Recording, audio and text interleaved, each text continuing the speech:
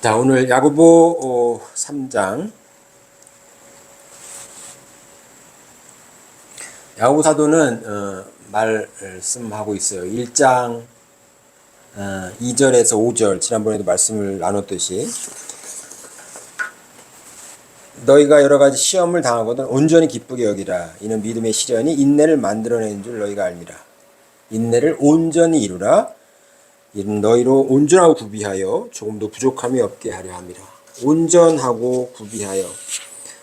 온전한 것에 오늘 3장에서는 말의 실수가 없으면 온전한 자라 이렇게 말을 합니다. 그러니까 우리가 말의 실수가 많다는 거죠. 또 말로 하는 실수가 아주 결정적이다라는 의미이기도 합니다. 우리도 그러죠, 자주. 그때 그 말을 하면 안 됐는데. 그 말을 해서 괜히 사람에게 상처를 준 것 아닌가. 이렇게 아쉬워하기도 합니다. 그러니까 말에 실수가 없으면 온전한 자를 받고 할 수 있다라는 메시지를 받으면 자기의 어떤 능력도 물론 관계를 하겠지만 그것보다 오히려 그런 메시지로 인해서 힘을 받고 에너지를 얻어서 자기가 갖고 있는 역량보다 더 큰 일을 이루기도 합니다. 그런데 반대로 그런 역량이 있어 보여요. 있어 보이는데, 객관적으로는 있어 보이는데 부정적인 메시지를 계속 받습니다. 안 돼. 그렇게 해서 되겠어? 그거 갖고는 안 돼. 불충분해. 이런 부정적인 메시지를 계속 받다 보면 그런 역량이 있음에도 불구하고 아무런 결과물을 내지 못하는 그런 사례도 우리가 보게 됩니다. 그러니까 그만큼 이 말이 중요한 거죠. 말이 사람을 살릴 수도 있고 아니면 약하게 심지어는 아주 영적으로는 그를 영적으로 아주 힘들게 그렇게 만들 수도 있습니다. 야고보서는 그걸 이야기하는 거예요. 그 작은 혀에서 나오는 말이 그 사람을 살릴 수도 있고 죽일 수도 있다. 작은 불이 모든 집을 태울 수도 있다라는 거죠. 우리가 어떻게 말을 사용하고 있는지 한번 말씀에 비추어서 반성해 보아야 할 부분입니다. 그러니까 우리가 그 어디를 맞으면 넘어지거나 맞으면 타박상을 입고 통증을 느낍니다. 그런데 이 말로 안 좋게 부정적인 말을 하잖아요. 비난을 하거나 그러면 말로 비난을 해도 그 몸에 통증을 느낄 때 어떤 뇌에서 반응을 일으키는 그곳에 동일하게 반응이 나타난대요. 그러니까 말로도 그 사람에게 통증을 줄 수 있다는 겁니다. 그 말의 힘이죠. 그래서 혀는 말을 잘못하면 불을 일으킨다. 지옥불이라는 거예요. 좋은 말, 건강한 말, 남을 살리는 말이 아니라 남을 죽이는 말, 남의 기운을 빼는 말, 이런 말들은 오히려 지옥불이라는 거죠. 이만큼 말이 얼마나 소중한지 잘 알지만 또 너무 이 혀는 가벼워서. 아주 가볍잖아요. 우리가 가장 많이 운동하는 기관이 혀일 거예요, 혀. 그러니까 이 혀를 너무 가볍게 해서 여기저기 불을 일으키는, 여기저기 통증을 일으키는, 그러니까 상해를 주는 거죠. 다른 사람을 말로. 그러기가 너무 쉽다. 그래서 야고보 사도는 말에 실수가 없으면 온전한 자다. 이렇게 이야기를 합니다. 그럼 어떻게 해야 될까? 말의 실수를 줄이려면 어떻게 해야 될까? 야고보 사도가 1장에 이야기했던 것처럼 인내를 온전히 이루라. 온전하고 구비하여 조금도 부족함이 없게 하려 함이라. 자, 온전하고 구비하려면 너희 중에 누구든지 지혜가 부족하거든 모든 사람에게 후히 주시고 꾸짖지 아니하시는 하나님께 구하라. 그리하여 주실 것이다. 지혜가 부족하거든. 오늘 야고보사도 말씀합니다. 어떻게 해야 이게 가능하겠느냐. 쉽지 않다. 우리가 혀에 재갈을 물려 고삐를 만들어. 이게 쉽지 않다는 거죠. 그러므로 위로부터 나는 지혜를 구해야 된다라고 말씀합니다. 근데 우리는 땅 위에 있는 것, 즉 독한 시기와 다툼 이런 것이 마음에 있어서, 정욕이 우리 마음에 있어서 혀를 다스리기가 어렵다. 그러므로 우리 힘으로 어렵지 않겠느냐. 위로부터 난 지혜를 구하라, 이렇게 말씀하는 거죠. 위로부터 난 지혜를 구하면 하나님이 후히 주신대요. 후히. 그러니까 혀를 제어할 수 있는 힘을 주신다는 거죠. 그러니까 혀를 제어할 수 있는 힘은 위로부터 난다. 이 위로부터 난다는 거가 아노땐인데, 아노땐. 그 예수님과 니고데모의 대화에서 사람이 거듭나야 하나님 안에 들어갈 수 있느냐 할 때 거듭난다. 이게 위로부터 나는 거예요. 그러니까 위로부터 지혜를 받는다라는 것은 거듭나는 것과 의미가 있죠.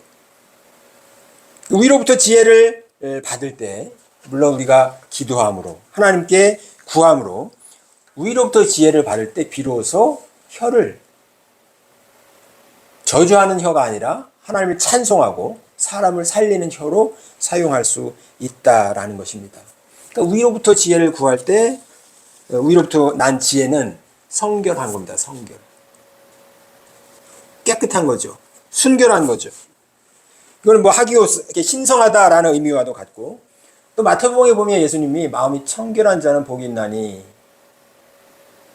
저희가 하나님을 볼 것이요, 이렇게 말씀합니다. 청결하다, 깨끗하다, 순수하다. 그러니까 내 안에 이런저런 티들이 이렇게 벗겨지는 거예요. 내 마음에 불편함이 없죠. 근심 걱정도 없고, 또 무슨 이야기를 들었을 때 어떤 상황에서 나를 방어하는 그런 방어가 없어야 돼요. 그래 청결해지려면, 그렇게 마음이 청결해져야 내 마음속에서 나가는 그 말도 깨끗할 수 있다. 이런 얘기를 하는 거죠. 그래서 우리의 마음이 우선 청결해져야 합니다. 그래서 이 마태복음에 나오는 마음이 청결한 자는 할 때 그 청결함이 카타로스인데, 카타로스는 우리가 잘 아는 카타라시스이지. 카타라시스. 어떤 뭐 연극, 슬픈 연극을 보거나 그래서 흠뻑 울거나 할 때 내 안에 있는 뭔가 그 응어리나 이것들이 해소되는 거예요. 이걸 카타라시스라고 해요. 정화라고 그러죠. 깨끗해지는 거예요. 그래서 뭔가 그런 문학 작품이나 연극이나 그런 작품을 보고 났을 때 내 마음이 좀 이렇게 순화되는, 눈물이 그런 효과가 또 있어요. 눈물이. 내가 정화가 되는 거예요. 그 정화가 된 마음을 카타로스, 청결하다라고 그래요. 그러면 내 마음이 깨끗해지면 이제 뭐 울 거 다 울었어. 방어하거나 씻어낼 게 없어. 그런 마음이 하나님을 만날 수 있다. 하나님을 볼 수 있다라는 거예요. 근데 우리 마음은 대체로 나의 무언가를 지키기 위해서 방어를 합니다. 방어를. 철벽 방어를 하죠. 또 더 보여주기 싫은 건 억압을 해, 아예. 저 무의식에. 그러면 청결하지가 않은 거예요. 하나님 만나기가 어렵죠. 나는 지금 나를 이렇게 방어를 해서 그럴듯하게 만들고 있는가, 아니면 하나님 앞에 다 내려놓고, 이걸 우리가 회개라고 하기도 하죠. 하나님을 다 내려놓는 거죠. 이런저런 내 마음의 짐들을, 아픔들을, 슬픔들을, 근심들을, 걱정들을 다 내려놓는 거예요. 다 내려놔져서 내 마음이 청결해지면, 맑아지면, 여기 성결해지면 하나님을 볼 수 있는 거죠. 그렇게 되는 것, 이게 위로부터 나는 지혜로움입니다. 아래로부터 나는 지혜는 위에서 말씀하는 것처럼 독한 시기, 다툼, 자랑, 거짓말, 이런 것들이 정욕에서 나온다라는 거, 아래부터 나오는 거. 이것도 지혜라고 보기는 해요. 하나님을 만날 수 있는 지혜는 아니다. 근데 두 번째가 성결하고, 다음에 화평입니다. 화평하고 관용하고 양순하고. 화평, 여기서는 형용사로 쓰였어요. 두 번째는 에이레니코스. 이건 에이레네, 화평, 평강 많이 얘기하잖아요. 에이레네, 평강은 명사하고 에이레니코스는 형용사는 같은 의미죠. 이거는 기본적으로 결합하다 다시. 예수님이 평강의 왕이시잖아요. 예수님 평강의 왕, 즉 하나님과 우리를 다시 결합해 주시는 분. 그러니까 에이레는 하나님과 결합함으로 갖는 평온함입니다. 에베소서 2장 14절에도 그는 우리의 화평이신지라 에이레네입니다.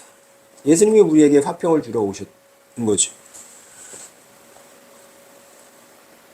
이걸 히브리어 구약에서는 샬롬이라고 하잖아요. 샬롬. 근데 약간 다른 것은 의미는 이제 화평인데 평강인데 샬롬은 모든 게 구비되어 있는 그러한 상태예요.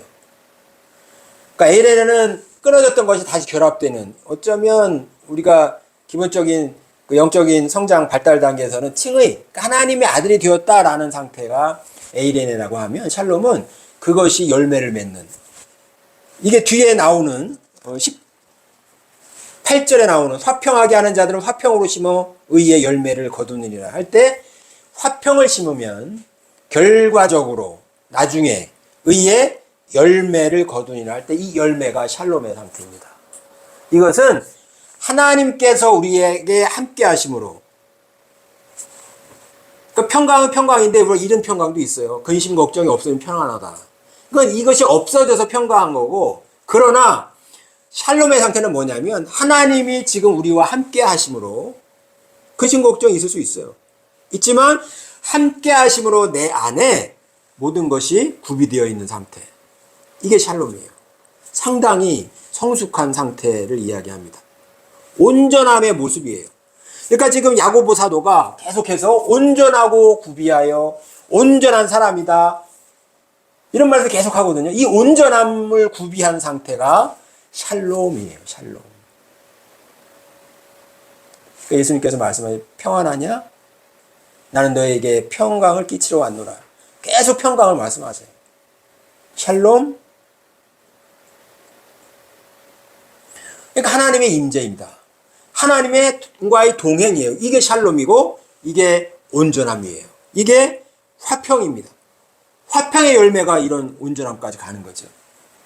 그러므로 우리가 예수님으로 말미암아 하나님과 다시 연결이 되고, 연결이 돼서 점점점 성장하고, 이걸 우리가 성화라고 그러고, 그게 더 온전해지면 그리스도인의 성숙, 뭐 웨슬레 목사님은 그리스도인의 완전, 이렇게까지 표현을 했는데, 그렇게 그리스도인으로서 이러저러한 온전하고 구비한, 그 이제 우리의 지난주에 살펴본 게 믿음, 오케이, 그것이 너에게 하나님과의 관계를 회복시켜준다. 믿음으로 말미암아 구원을 얻는다는 것은 행위의 율법으로 구원을 얻는 게 아니고 믿음으로 하나님의 아들이 돼요. 그러나 거기서 자라가야죠. 온전하고 구비하기 위해서 행함이 필요하다는 거죠. 믿음이 우리의 영적인 생명을 구원하는 데 부족하다라는 의미가 아니라, 그러한 하나님과의 다시 관계가 회복되는 그런 믿음으로 그런 관계가 회복된다. 그러나 정말 진정한 샬롬은 온전한 그리스도인으로 자라가려면 거기 그 믿음의 행위가 나타나야지 않겠느냐라는 말씀이 지난주 말씀이었던 거죠. 그러니까 야고보 사도는 그리스도인으로서의 온전한 삶이 어떤 모습인가에 대해서 우리에게 알려주고 있습니다. 그러니까 위로부터 난 것, 위로부터 난 지혜, 그러니까 하나님으로부터 오는 지혜가 충만한 그런 삶이 어떤 삶인가, 또 그것이 열매 맺는 삶이 어떤 삶인가에 대해서 오늘도 다시 이런 방식으로, 어쩌면 마태복음 5장의 팔복, 예수님의 팔복과 같은 형식으로 우리에게 말씀을 풀어서 해주고 계시는 거죠. 풀어서.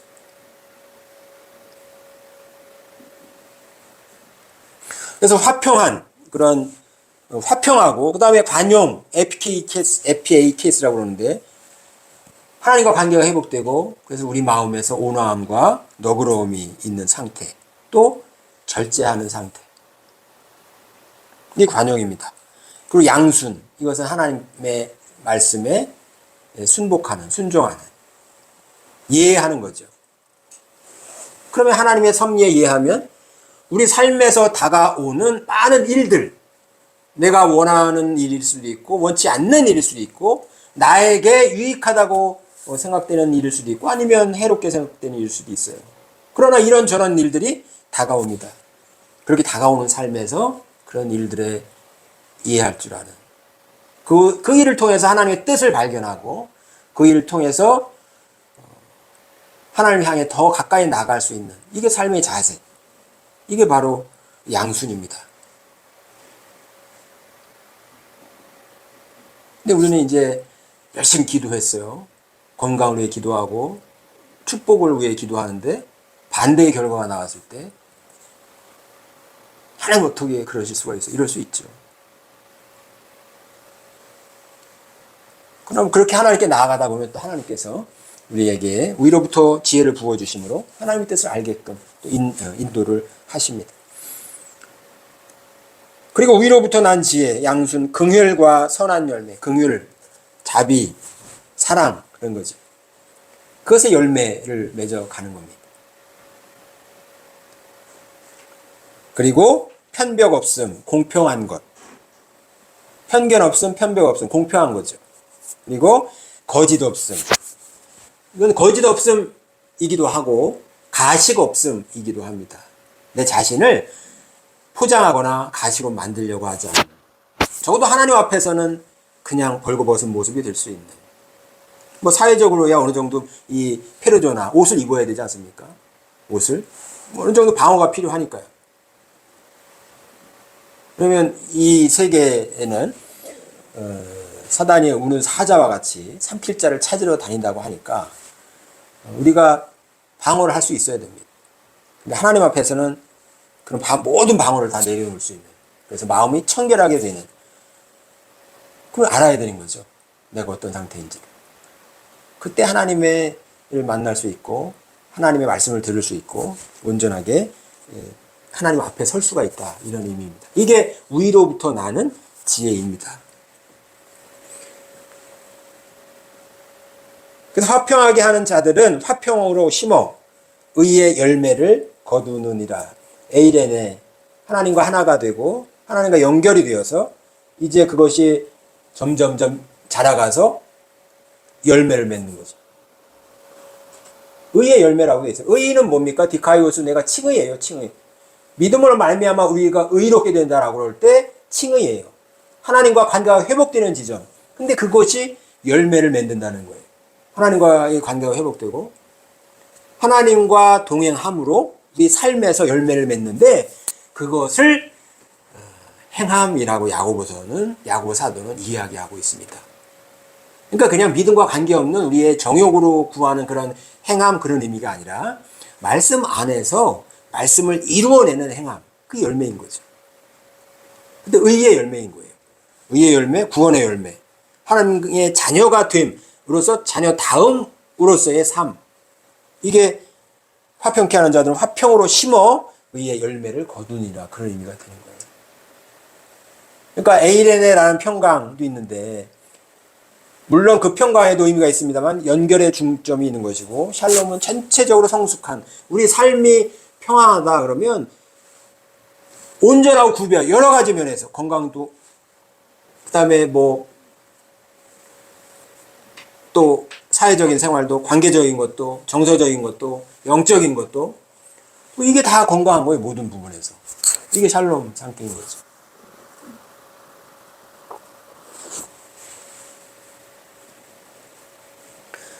이사야 9장 6절에 이 말씀이 있습니다. 한 아이가 우리에게 낳고 한 아들을 우리에게 주신 바 되었는데 예수님이죠.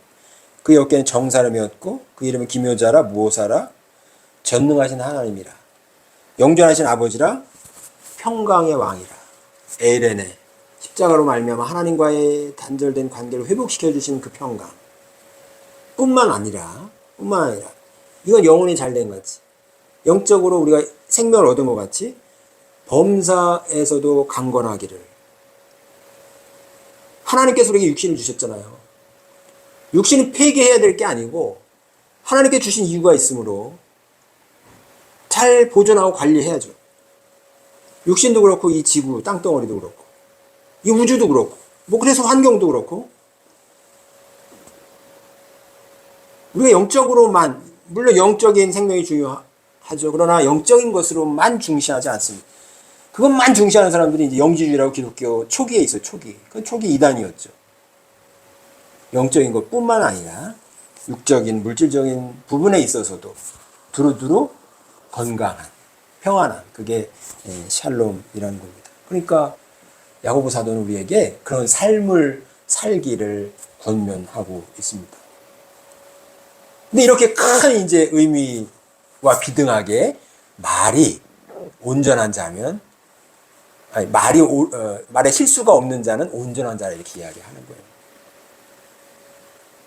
위로부터 난 지혜, 여기서 말하는 것이 얼마나 큰 비중을 차지하는가 그 얘기를 하는 거죠. 저와 여러분이 언어 생활을 어떻게 하는지, 남을 살리는지 아니면 남을 상처를 주는 말인지 다시 한번 깊이 자각을 하고 남을 살리는 그런 말, 그리고 우리의 삶이 위로부터 나는 지혜를 하나님께 구해서 우리 마음이 청결하고 또 화평하고 온화하고 또 순종하고 또 선한 열매를 맺고 또 샬롬의 상태를 이루는 저와 여러분이 되었으면 좋겠습니다. 다시 한번 우리의 그런 그러니까 연약함, 만약에 내가 다른 사람에게 상처를 준다면 사실은 그 사람이 잘못된, 듣는 사람이 잘못된 게 아니라 내 마음이 잘못된 거예요. 내 마음에 더러움이 가득하다라는 거죠. 그러면 이제 하나님과 동행함으로, 우리 안에 성령이 함께 하시잖아요.